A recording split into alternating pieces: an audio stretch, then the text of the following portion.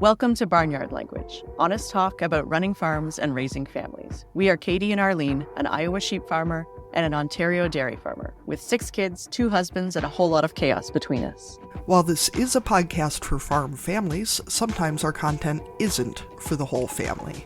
So kick off your boots, reheat your coffee, and join us for some Barnyard Language.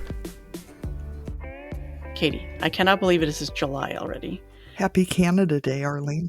Thank you. It's a very patriotic week because we're recording on Canada Day and this episode is going to come out on the 4th of July. So we've got both of our countries covered. So happy Independence Day. Is that what it's called? I feel like I should know that already.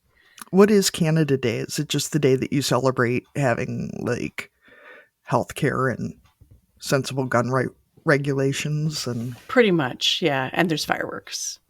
I know there's probably a historical reason for it being on July 1st, but I will be honest and say that I don't know. So I'll maybe go Google it.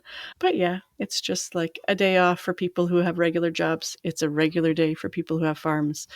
And sometimes there's fireworks. That's basically it. You can wear red and white, or in the last few years, a lot of people were wearing orange, kind of following the residential school unmarked graves being found. It kind of went through a switch. People were feeling a bit less patriotic for lots of understandable reasons. So yeah, I think it's a good day to be grateful for where we live, but also remember that we shouldn't be too cocky about it either. That's the short version. I think that's the nice thing about being American is that we gave up Columbus Day in favor of occasionally remembering how many people we've screwed over to get here, but we still get Independence Day, which is kind of awesome because we still get to celebrate blowing shit up and not being British, not having to drink tea. There you go. Unless you want to. Unless you're going to make it political, and then you can't. Yeah, that's right. So what is happening on the farm this week, Katie? Is first cut done? Is second cut started? What is the hay report? Or should I just ask Jim? First cut is done as of Friday or Saturday. I don't know. A couple days ago. The hay for second cut is possibly already blooming, which is bad because we are now late for second cut because we just finished first cut because first cut took 3 weeks, which is ridiculous. We weaned calves yesterday, so it is very, very loud. The calves are substantially old enough to be weaned. Let's put it that way. So none of the cows really seem concerned, but the calves are very put out. Yeah, they're not happy about it. Other than that, it's one of those days. I don't know if this is like a global thing or what, that we get a thaw in January that I'm pretty sure is to keep people from like doing things they might regret later. And then in the end of June, beginning of July, we get a similar moment where you wake up and you're uncomfortable and it takes a while to figure out why you're uncomfortable. And then you realize that it is not cold, but is not brain meltingly hot. And so you have to go like find a long sleeve shirt because it is cold. And yeah, you have to consider putting on socks again or something. Yeah, I did. Yeah, I'm wearing long sleeves and long pants, and the air conditioner's off, and it's real nice. I feel much less stabby.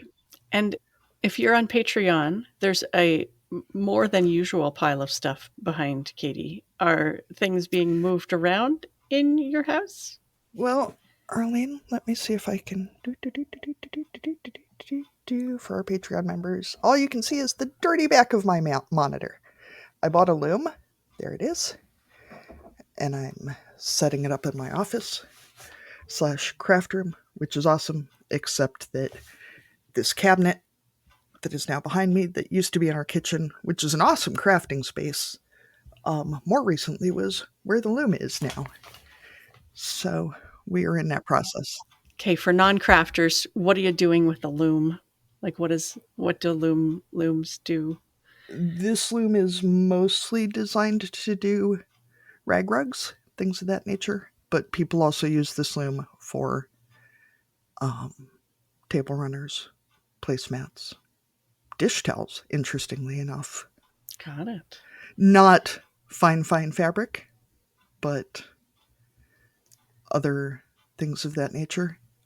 I'm very proud actually because I have kept my current hobby of crochet for more than a year and a half at this point, and I'm still actively engaged in it, which, if any of you have a brain that works like mine, is actually really impressive.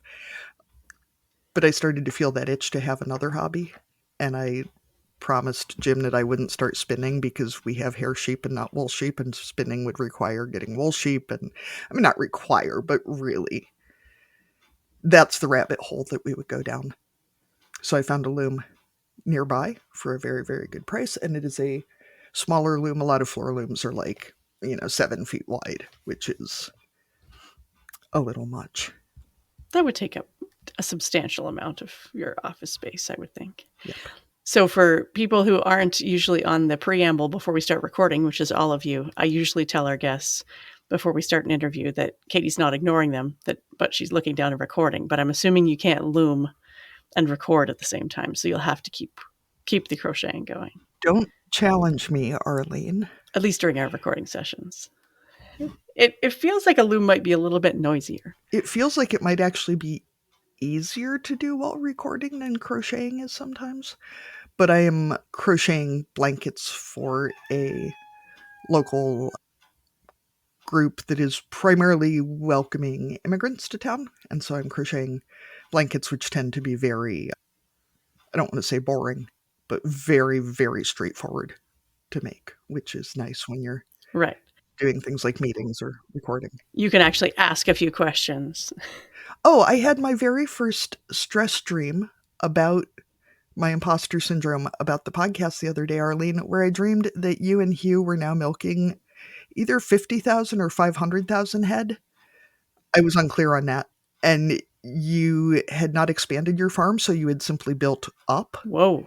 And you had just a shitload of teenage employees, and all of your ceilings in each level of your parlor were only like 6 feet high.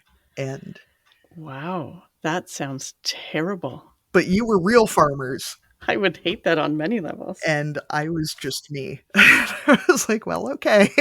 No, skyscraper milking parlors sounds like a bad system.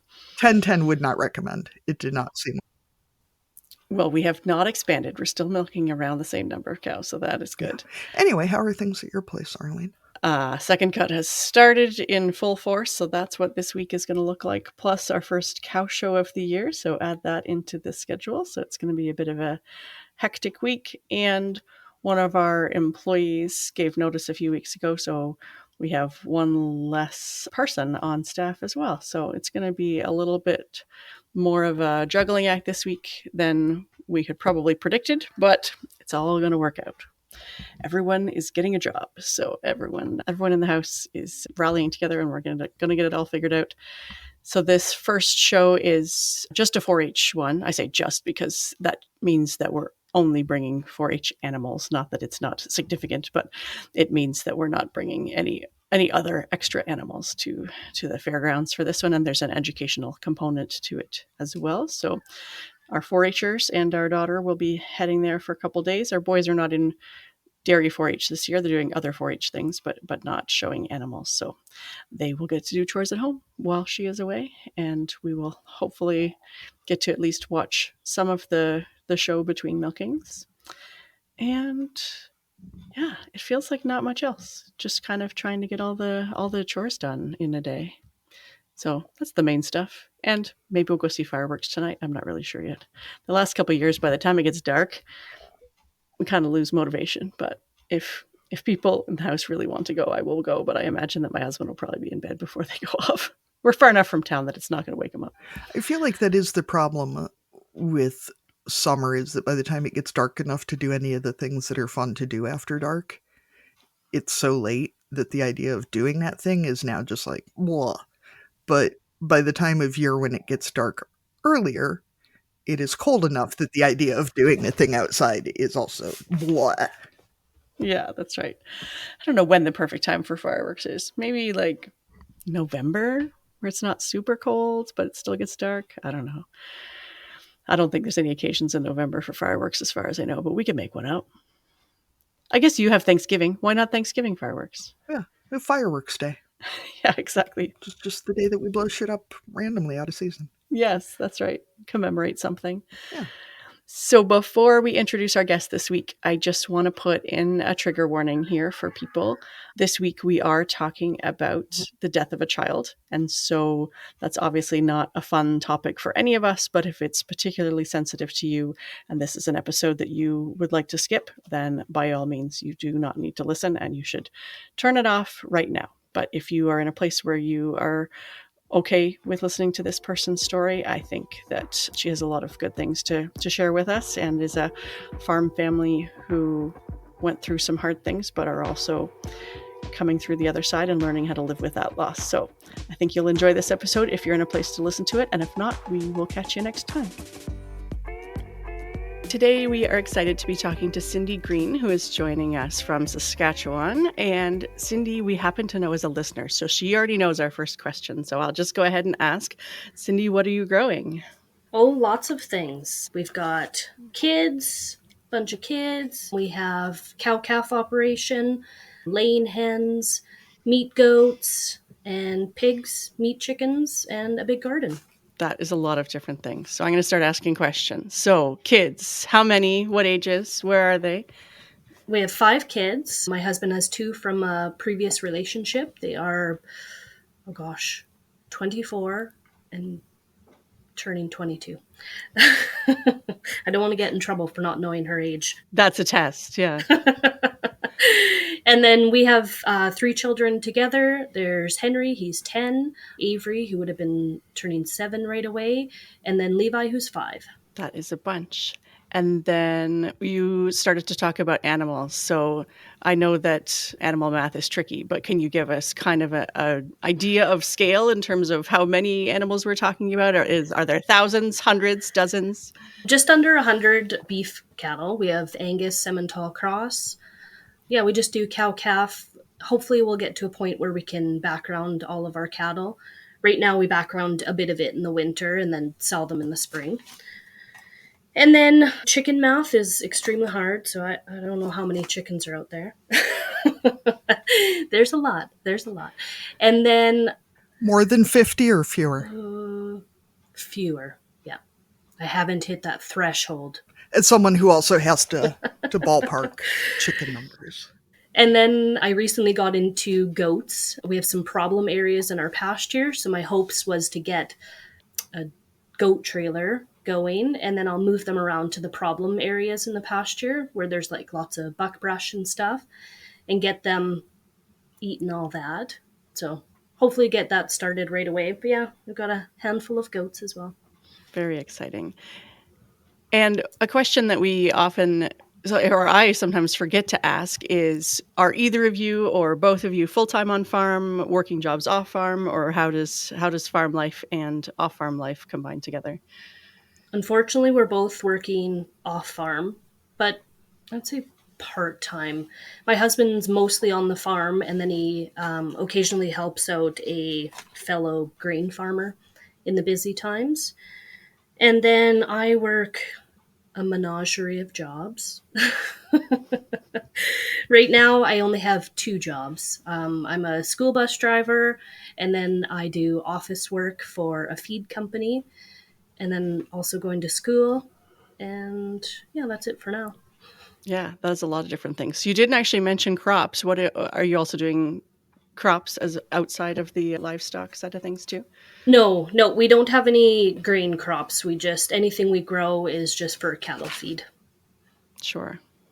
I think it's interesting. I don't think I ever realized as a kid that people could be bus drivers without being farmers, because all of my bus drivers were farmers who, it's one of those jobs that's really good for a lot of farmers because, you work the morning and the afternoon, you have the rest of the day off, and you have the summers off. So, it is really ideal. A lot of classmates' dads drove bus. Yeah, it is a really good job. And where the school division I'm a part of, they are really promoting bus drivers. So like we have a good benefit package and that's all paid for. We have a pension and then, yeah, summer's off. So it's pretty sweet. It's awesome. I feel like bus drivers tend to fall under that if you pay them very much at all, they're getting paid too much category for a lot of folks. And, same as teachers, if I'm going to leave my kids with these people that many hours a week, I want them to be well compensated. And if you're driving my kids around, I want somebody who is got their job because they're a good enough driver to have gotten a job, not because they were breathing and had a license. It's kind of, yeah, you know, bus drivers are, yeah. And it's a big vehicle with a lot of screaming kids. Yeah, it's a lot of responsibility for sure. That was one of my biggest hurdles when I started driving bus was just how much responsibility it is. Like when I'm driving 25 of other people's children, it's not my children. Like it's pretty scary actually.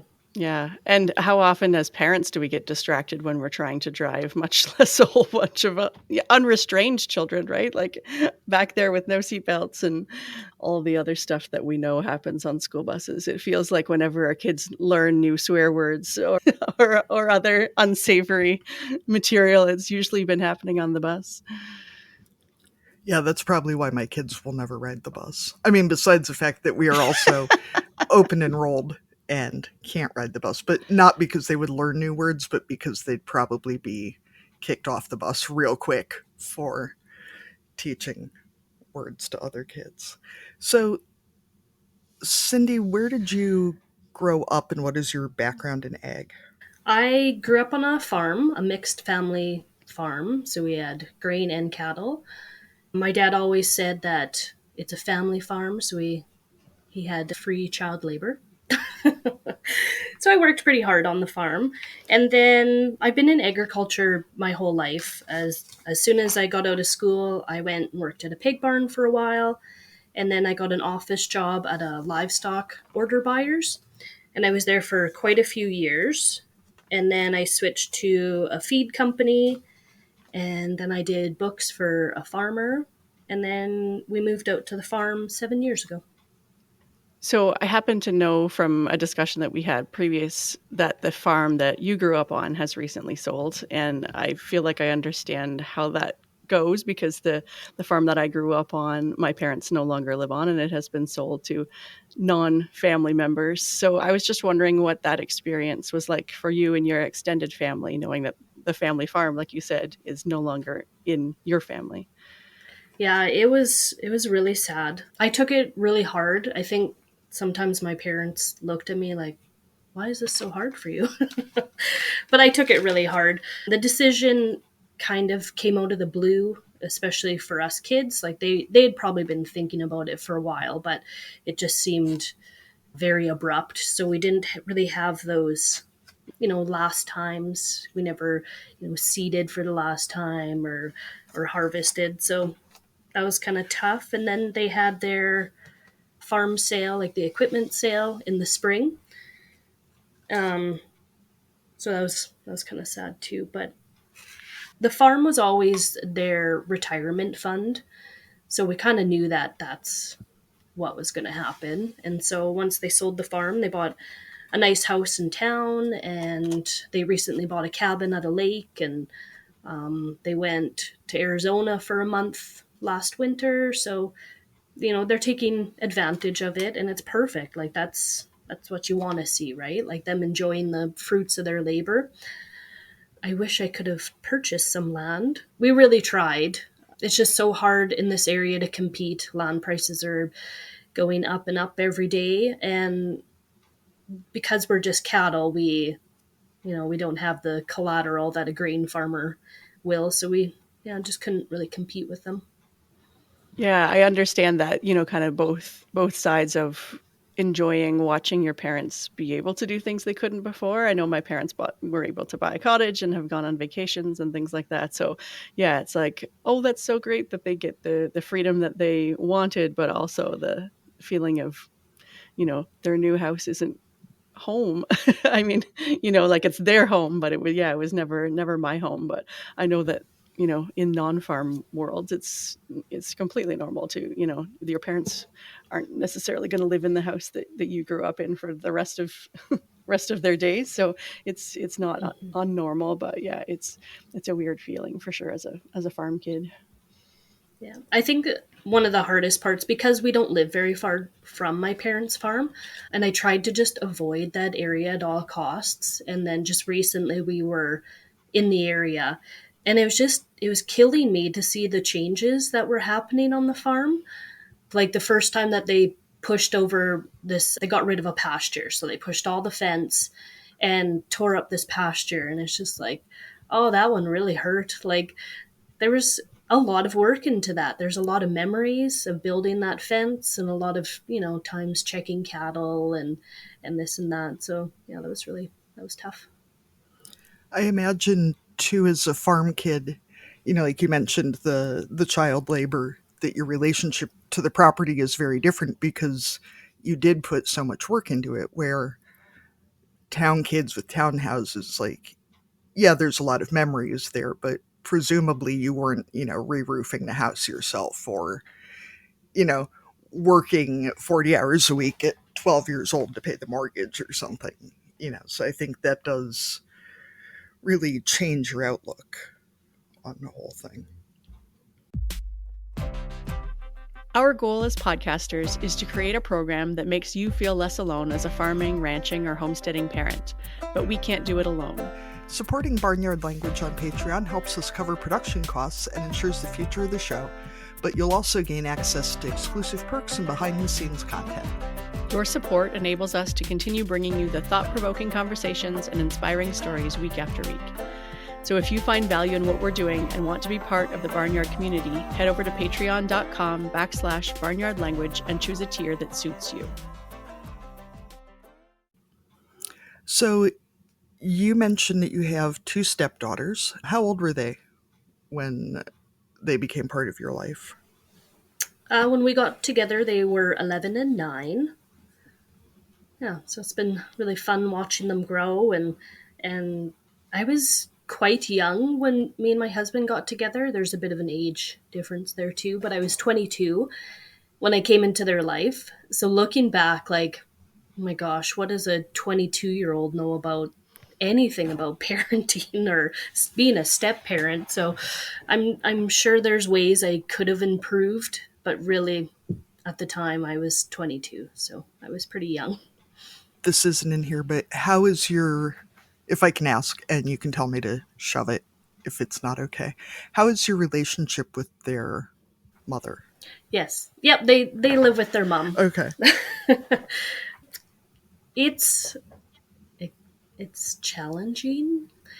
There isn't much of a relationship. We're there for one common goal, and that is to make sure that the kids feel loved and are, part of our lives. So it's, yeah, it's there. How have you tried to foster a relationship between them and your kids? Because with a significant age difference between them, I'm sure it's not the same sibling relationship as kids who grow up together or are around each other all the time. So how have you worked to kind of create relationships between the four of them? That's a good question. I never really sat and thought about that. And again, there's probably ways that we could improve, but we try to get together as often as we can. And it's really cool just to see that natural inclination in children to want to be with their siblings. And as they get older, I'm really starting to see that. Our 10-year-old, has his own device. So he's more open to messaging them or video chatting with them. And so sometimes it's kind of fun to read through their messages and just to see that, he's a pest. He can bother them like any sibling does. That always makes me laugh a lot. But yeah. Yeah, that's cute. We can find other ways to tease our siblings, even if they're not right there. Yep. Exactly. So one of the things we wanted to be sure to talk about today was about your daughter, Avery. Can you tell us about her? Tell us about your little girl. Sure. Pardon me if I get a little emotional. So 7 years ago, during an ultrasound, they found out that she had a congenital heart defect. And so we went through numerous tests throughout my pregnancy. And there was just, we didn't know. We never could find out the total extent of her heart defect. We did find out that she had a congenital defect called 22q or DiGeorge syndrome. And so that led to her congenital heart defect, which was tetralogy of Fallot with absent pulmonary valve. And it is extremely rare.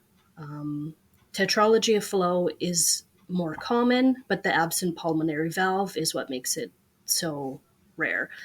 She was one of 4 children in Western Canada with it, so it's very rare.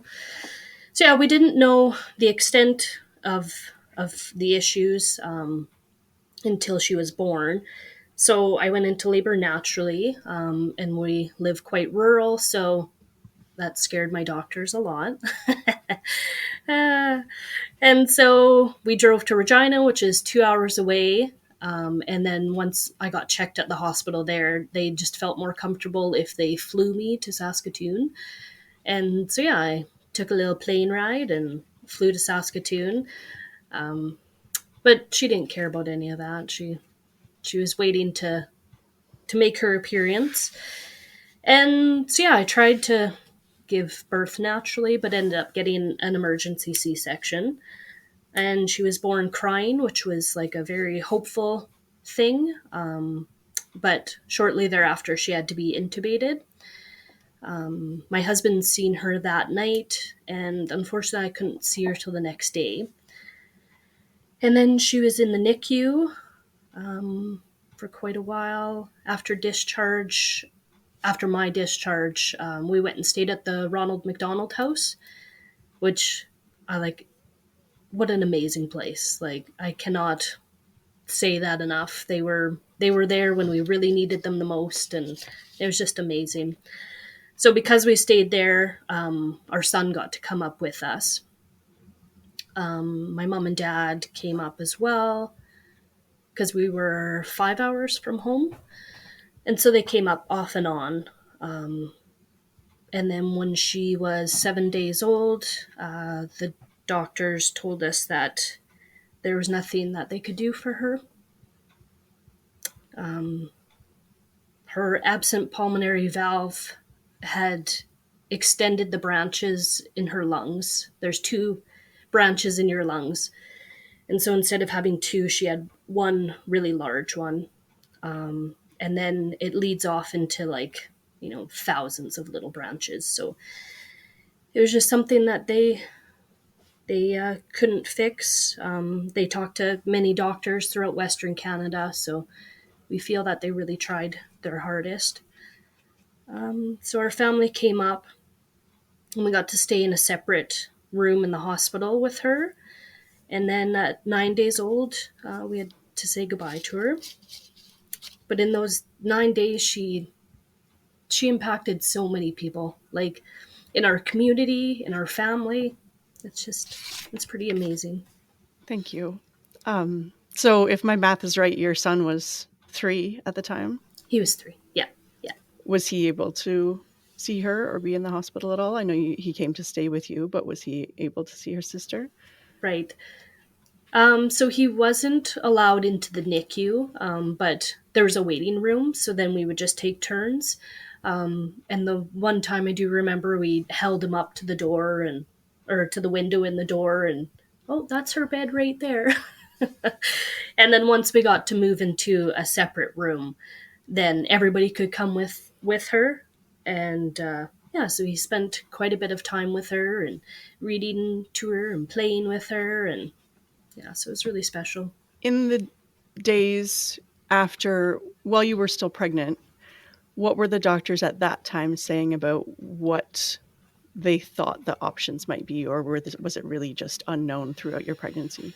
So the main doctor that we did see, the pediatric cardiologist, he was very hopeful. And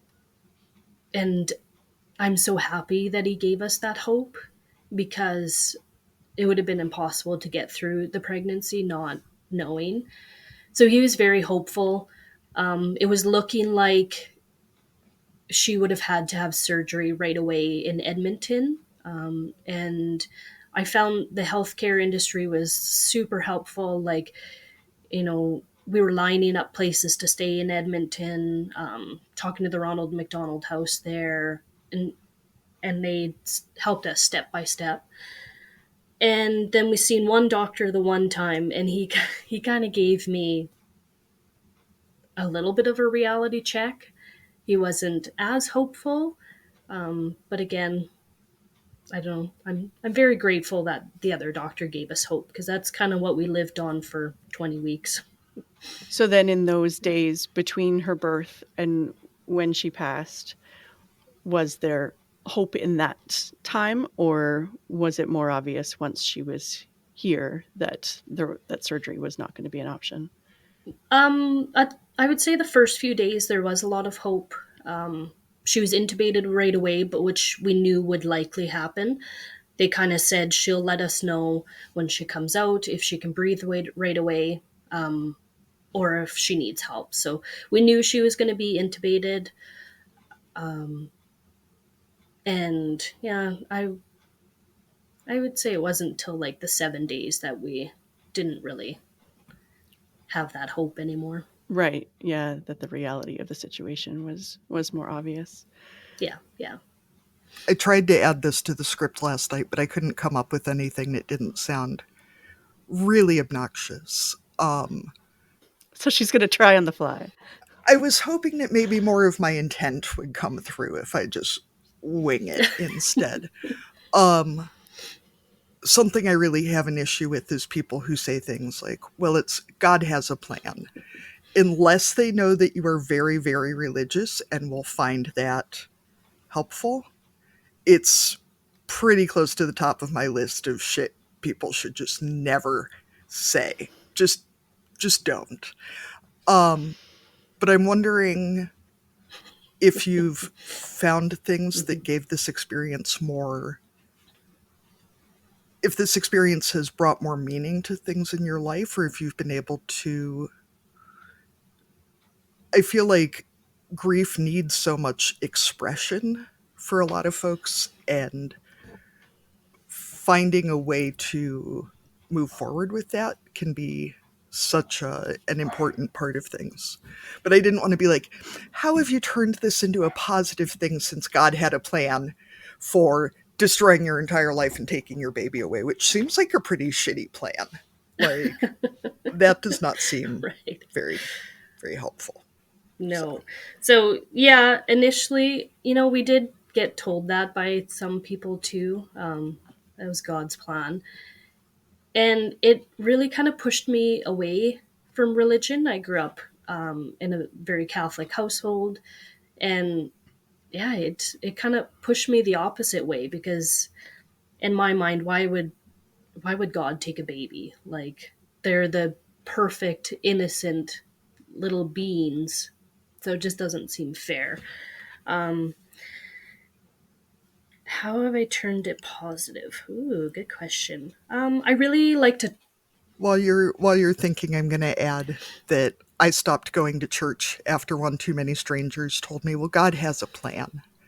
Like, you don't even know me. So, A, how do you know this much about my medical history? And B, no. Like, that's no. I think it's up to the person to decide that God had a plan for them. It's not up to anybody else to decide. So I really enjoy talking about Avery. So I found social media was a really good outlet for me, and I would write long things on there. Our first year, every month on her birth date, I would write kind of where I was at in my grief, how different ways I was missing her, and missing her growing up.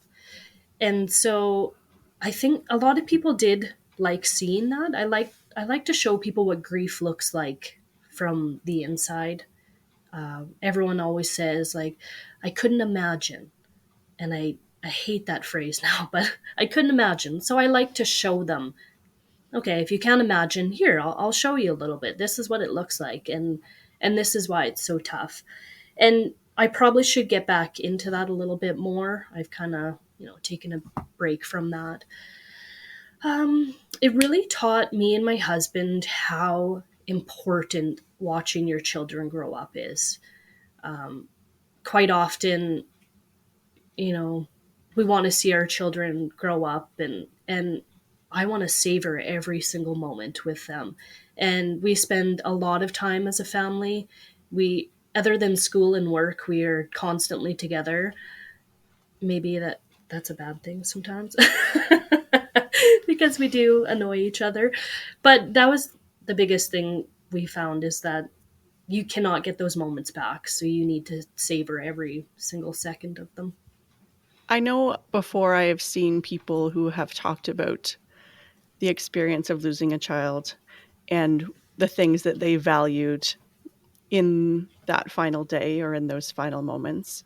If someone has to go through this, are there things that you did in the hospital or didn't do in the hospital that you appreciate now looking back in terms of savoring those moments or capturing memories from that time?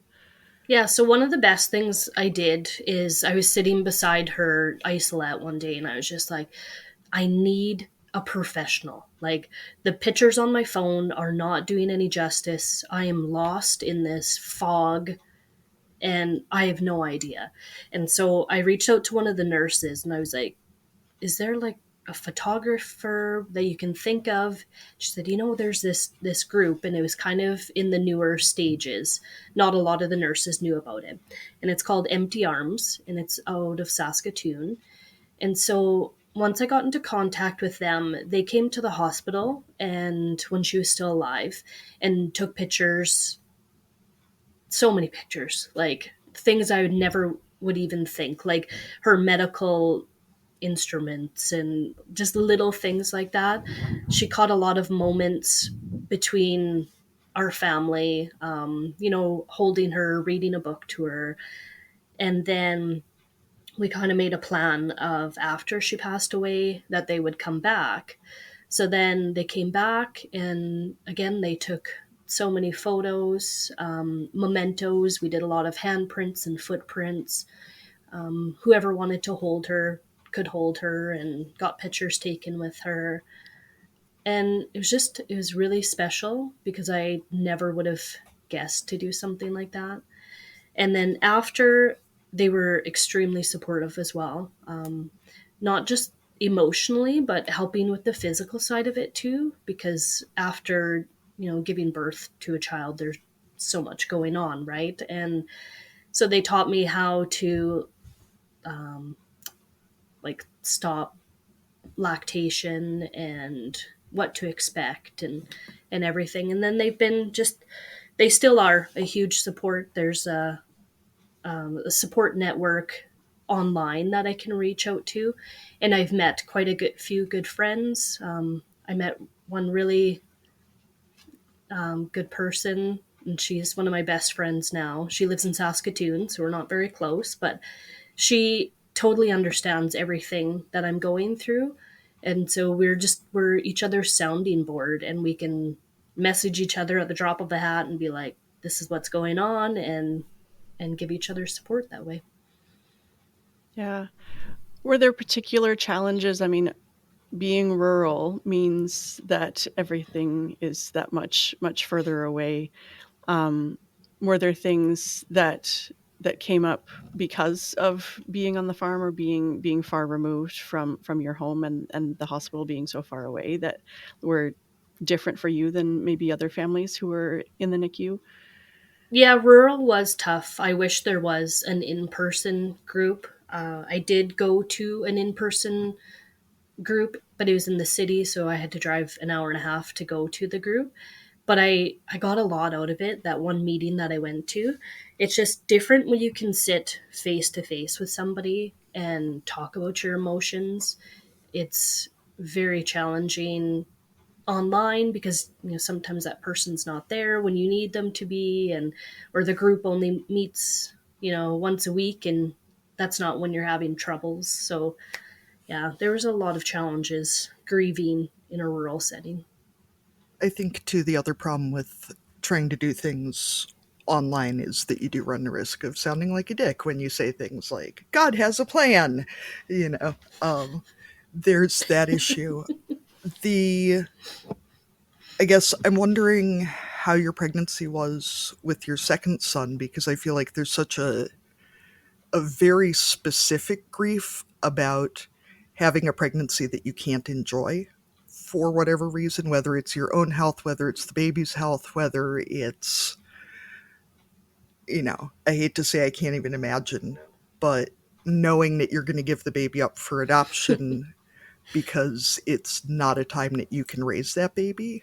Um, there's so many circumstances where we do find ourselves with, you know, the cultural representation of pregnancy is so like it's glowing, it's relaxing, you'll crave pickles and ice cream, isn't it cute, look at your tiny little baby bump. And I know women who have themselves been in a lot of danger through pregnancy, where they've known that the baby is likely to have problems but not been real clear on what that might be, whatever else. And so I'm wondering how you handled that with with the second one.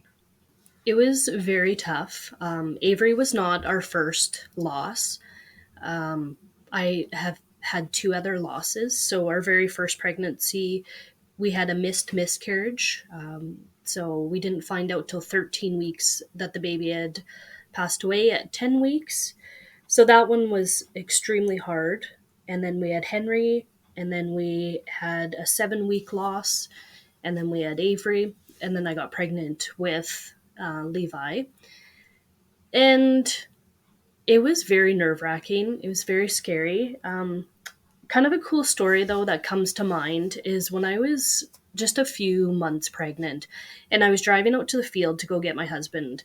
And it was a very hot day, so the window was open in the truck, and a dragonfly flew in and landed on my belly. And it was like, oh, it was amazing. So that little dragonfly, it drove with me for about a mile, and I was like talking to it like, "Thank you for giving me this sign." And then it went and flew over onto the windowsill and then flew out, and it was perfect. So that was really nice. But then after that, it's tough. It was hard for me and my husband. I really struggled to connect to the baby. I actually tried to ignore the fact that I was pregnant because I thought that maybe if I don't get attached to this baby, if something happens, then it'll be better. I'm saying that very sarcastically because that's not true. Whether you like it or not, you grow attached to your baby. And yeah, ever since he was born, though, he's been my sidekick and my shining light, and he's really helped me. One of the things that's both difficult and comforting about farming is that the work doesn't stop just because you're going through hell. So how was it for both of you and your husband to continue to farm and to continue to have to do that work while you were also grieving? And I'm guessing maybe you would just like to curl up in bed and not get up in the morning. Right. So at first, because we had just moved out to the farm, we didn't have a whole lot going on. We had only had 7 cows. The neighbor kind of looked after them for the summer for us. So we didn't really have much work. And looking back, like, I don't even remember cutting and baling hay. So I don't know what they ate that first year. Maybe a neighbor did that too, and you just don't remember. Hopefully. Hopefully. So we didn't have a whole lot of work initially to do, which was good because then that allowed us to, sit and feel our grief. A few months after, my husband took it upon himself to build a duck house, and then he bought me some Muscovy ducks. And it sounds very silly to say, but like those ducks, they saved me. They I had a child at home already, but those ducks, they gave me purpose. They gave me a reason to get up, to get outside. I got to go feed my ducks, and I grew really attached to them because they helped me so much. And so I'm very grateful for my husband for taking that initiative because I never would have. But men are generally fixers when something goes wrong in your life. And so I think that was just his way of trying to fix the situation, which it worked. So, um, In that same way, how are there ways that you and your husband dealt with your grief differently that either worked for each of you or made things more difficult between you, if that's not too personal? I feel like sometimes it can, this sounds bad, but sometimes the hard stuff brings us closer together or sometimes pushes us apart, just depending on how we process or what we need in that particular time. right. The statistics for couples going through child loss, the rates of divorce are extremely high. It is, it's one of the toughest things you're ever going to go to through, and either you'll get closer or it'll push you further apart. I think what saved us is just realizing that men and women grieve very differently. Women are show their emotion a little more, or they want to talk about their feelings, where men like to bottle it up and maybe work through the process like physically. So I think just accepting that we grieve differently really helped save us. And yeah, I would say we're closer because of it. Just yeah, he's my rock, so he's the one that keeps me sane. So kind of the same as farming, like you said, you had a little guy at home, and parenting doesn't stop just because things are really hard. How did you deal with your grief while also raising a toddler, and then also, having stepdaughters who were dealing with the loss of a sibling?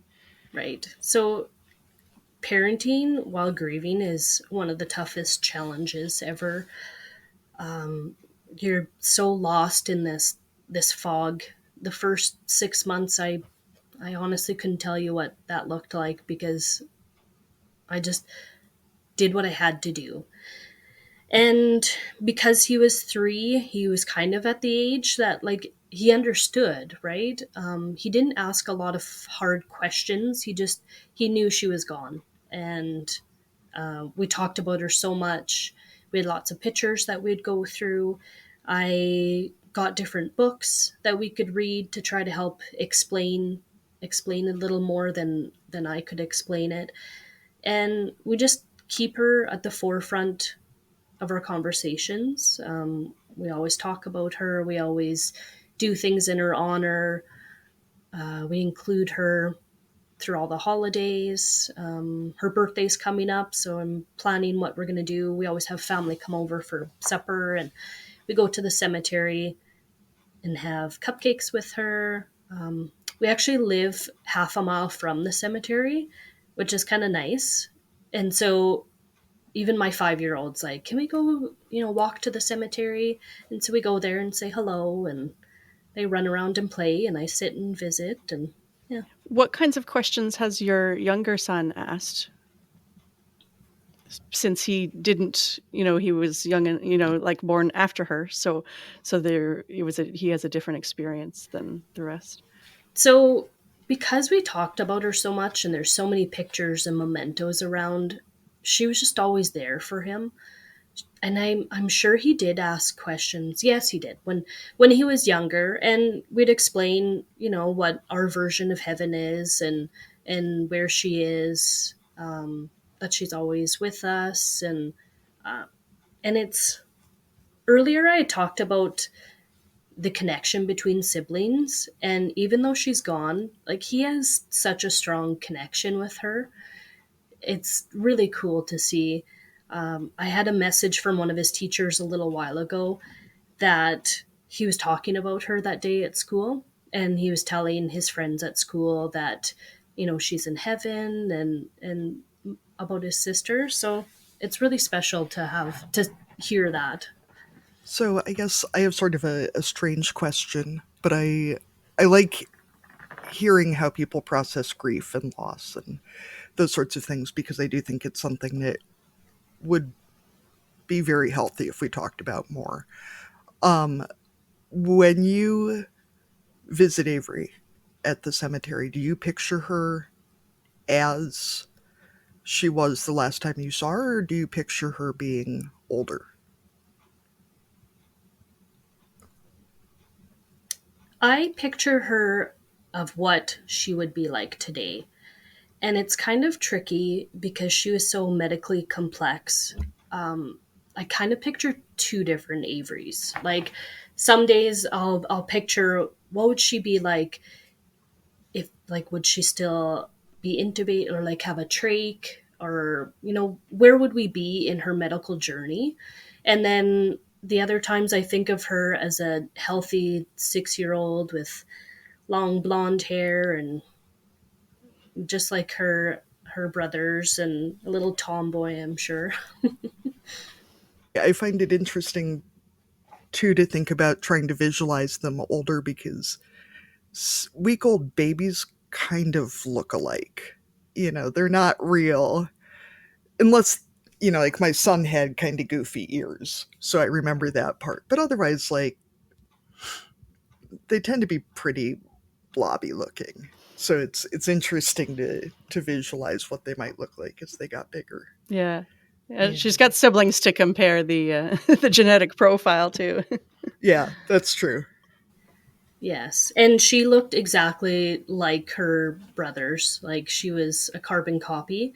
And I find myself sometimes my boys are typical farm boys and they have mullets, which I love so much. So sometimes, I'll be brushing their mullet or playing with their hair, and it just kind of it hits me like would this be what her hair looks like? And I'm sure it would be like the really thin blonde hair. So yeah, it's it's bittersweet sometimes, those little moments. You talked already about some of the resources that you were able to access in the hospital and after, but are there any other resources that if another parent were going through something similar that you would want to recommend for them, or things that you think that someone might benefit from? Unfortunately, not really. Like Empty Arms was kind of the only thing that I reached out to. There was Compassionate Friends, and they often have many chapters, like in different communities. So that's a good spot too. And there's lots of people out there that have experienced this loss before. And that's what I found too is, in our cards and stuff after she had passed away, after her funeral, there was people that I didn't realize had lost a baby. And so it's just it kind of hit home. I was like, oh, like I'm not alone. There is other people out there.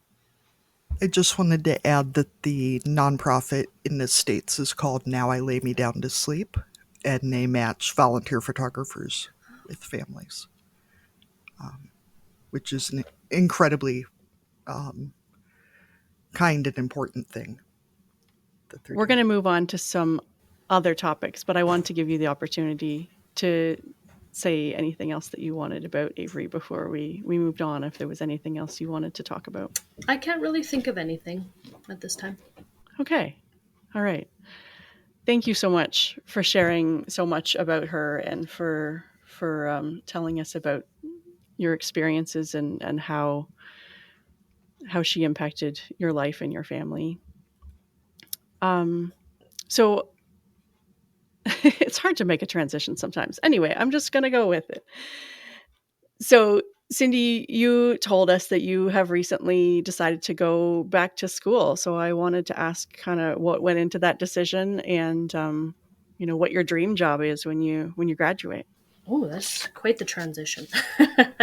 So I never did go to school after high school, and so I always found myself just wanting to do something else, but I couldn't figure out what I wanted to be when I grew up. And one time we went to exhibition, and I just told myself like be open to anything. So I stopped at a few of the colleges and looked through their offerings. It's tough though living in a rural area where are you going to go to school and with children and a farm, etc. And so I found this program and it's called Agriculture Communications, And it's something that I'm doing a lot of anyways, like promoting the farm and making social media posts. And it seemed really interesting, and I thought it was a great fit for me. And so I did my research. I made sure that this was something that I could continue to do from home, that it was a remote job. And yeah, so I signed up and I've been loving doing everything with it. And I'm doing my internship, and I'm really hoping once I'm done my internship that I can find a job somewhere in the cattle industry or else like an environmental organization. I feel like if I could align myself with a job with something that I'm very passionate about on the farm, that it'll make going to work really easy. Hmm. So how many courses are you taking at a time? Are you able to be a full-time student, or how are you balancing? Like you said, you've got two jobs and kids and a farm and all that kind of stuff. So how have you managed to balance all that? It's been tough. So the course that I took was asynchronously. So you could work at your own pace, but every week you had assignments due. So I could work at my own pace. So I just found any time throughout the day I would work on it. My evenings were generally filled with it. We were busy running kids to hockey. So at the hockey rink, I would work on assignments, and I'd just find any time. So I had quite a full course load. I did 5 classes every term. So it was a lot. A couple of the classes, though, were a little easier. Like the one was an introduction to agriculture. So I felt like I knew a lot of that. I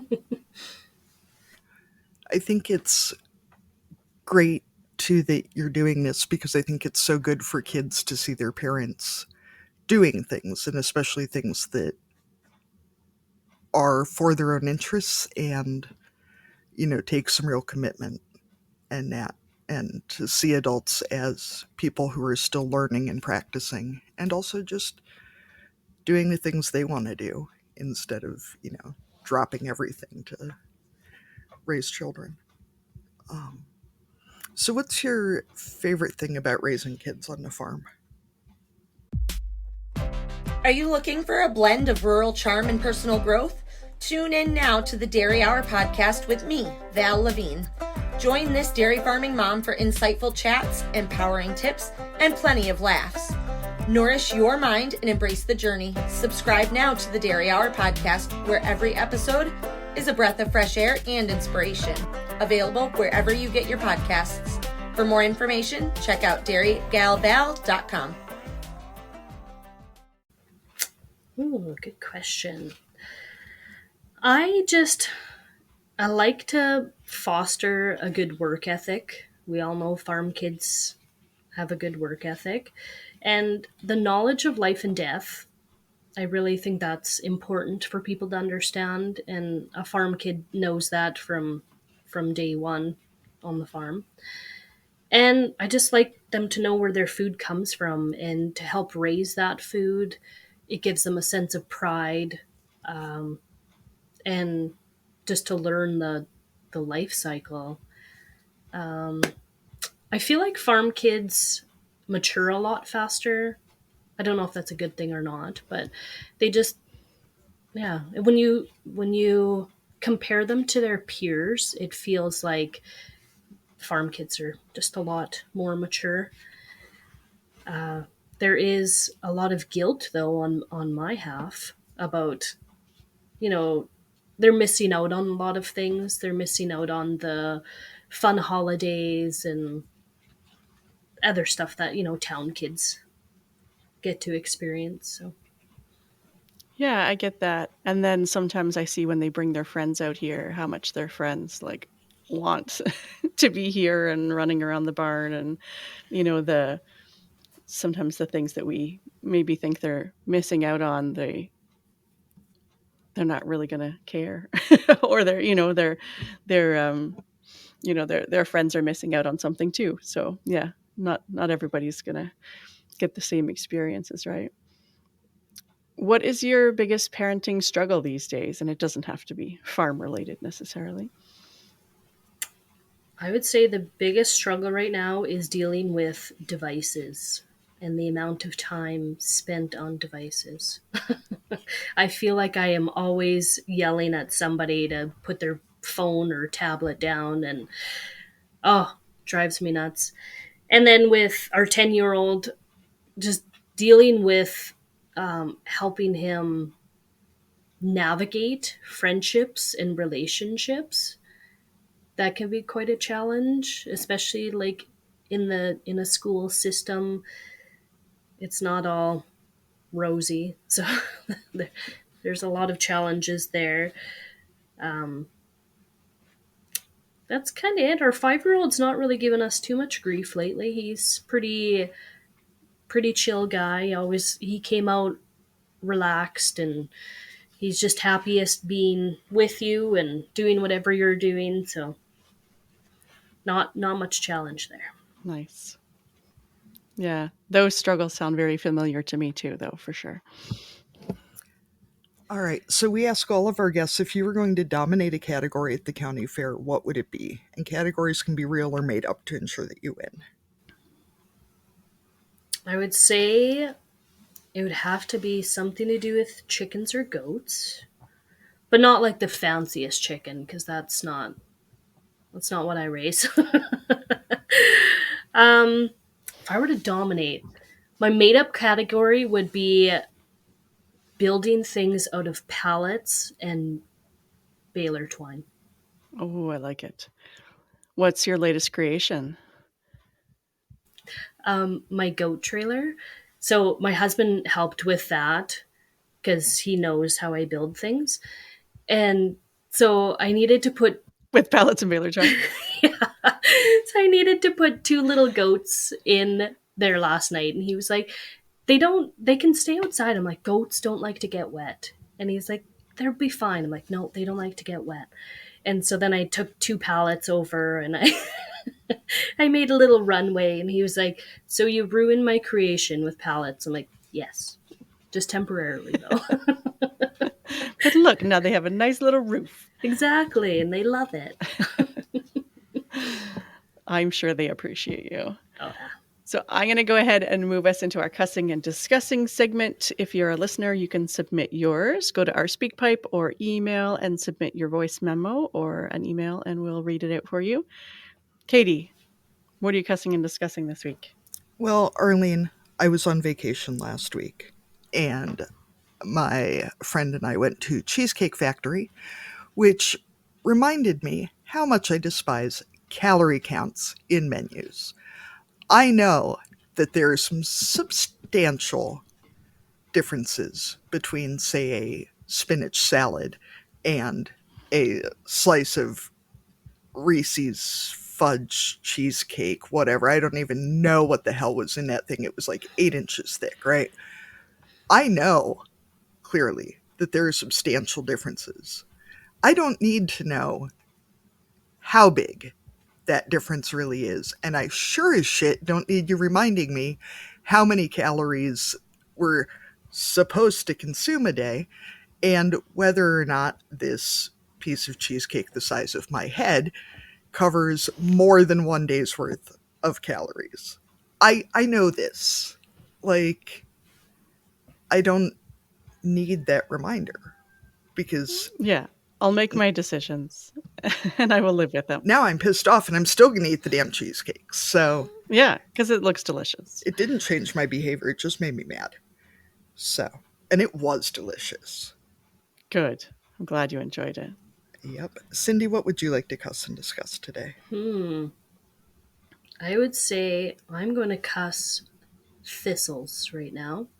Last night I was out in my garden till about 9:30 at night pulling thistles because they are just taking hold of it for some reason. And yeah, so I'm all covered with scratches and wounds from them.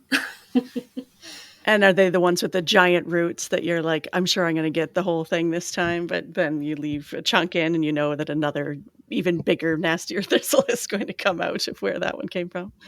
I actually took a picture on the weekend because I pulled a thistle and it was amazing because, like, I'm sure the whole root came out. And it was probably like a foot and a half of root. It was wild. Yeah, that's so satisfying when it happens. But yeah, you know that most of the time there's little bits in there that are just going to come back with giant With a vengeance. pricklers. Yeah, that's right. You took out my mother.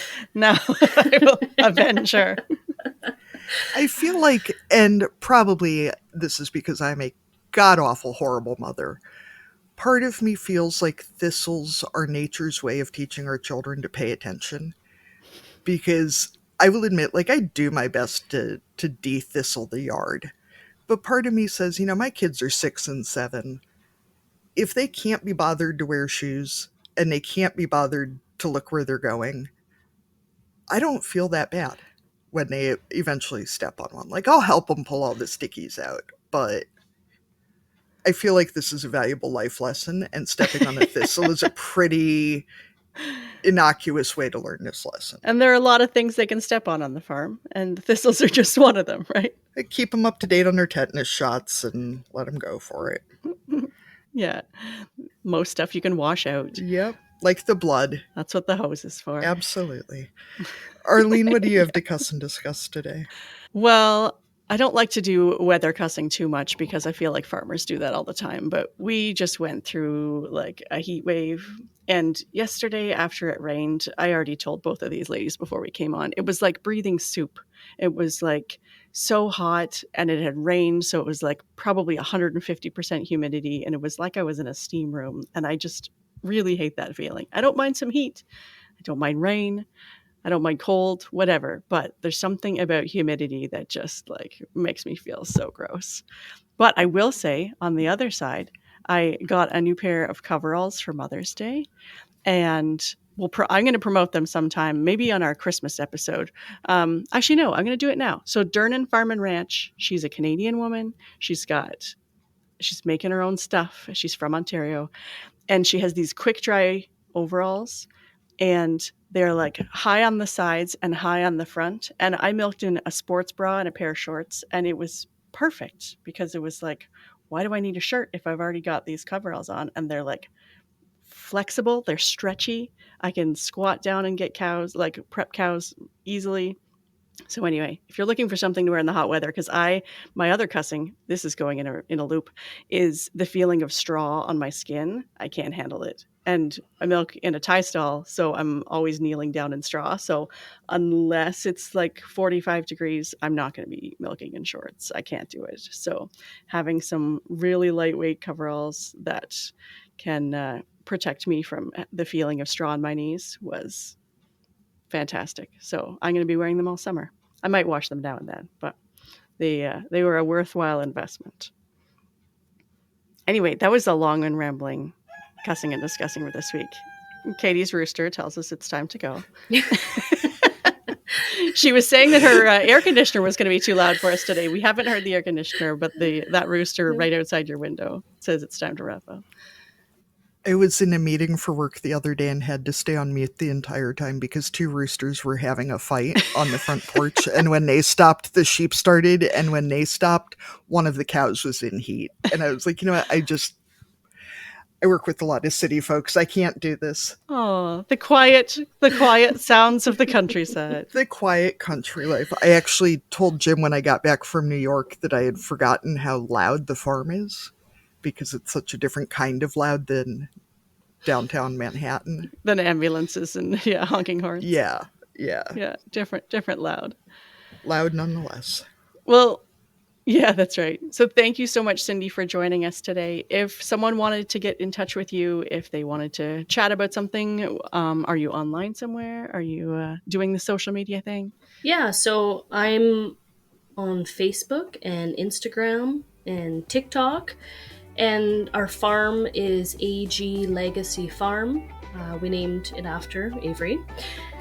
And so I've got Facebook and Instagram with that. So yeah, you can find me there. Perfect. That's great. Thank you so much for joining us today. Mm-hmm. Thank you. Yeah, thanks for coming on, Cindy.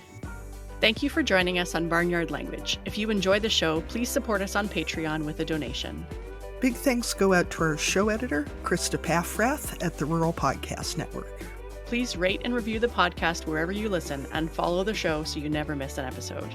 If you want to connect with other farming families, join the private Barnyard Language Facebook group. We are always in search of future guests for the podcast. If you or someone you know would like to chat with us, get in touch.